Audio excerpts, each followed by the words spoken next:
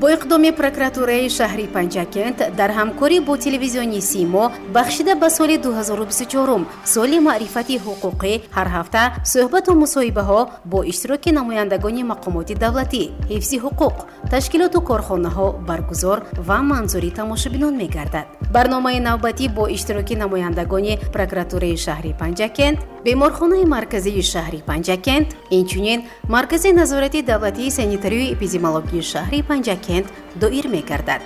бинобар ин аз шумоён ҳамдиёрони гиромӣ эҳтиромона хоҳиш менамоем ки саволу дархостҳои хешро ба телевизиони Симои шаҳри Панҷакент хаттӣ, шифоҳӣ ва ё тавассути телефонҳои 54105 92 945 1015 ва 92 756 2091 ҳамчунин тариқи WhatsApp ба рақами 92 945 1015 пешниҳод намоед.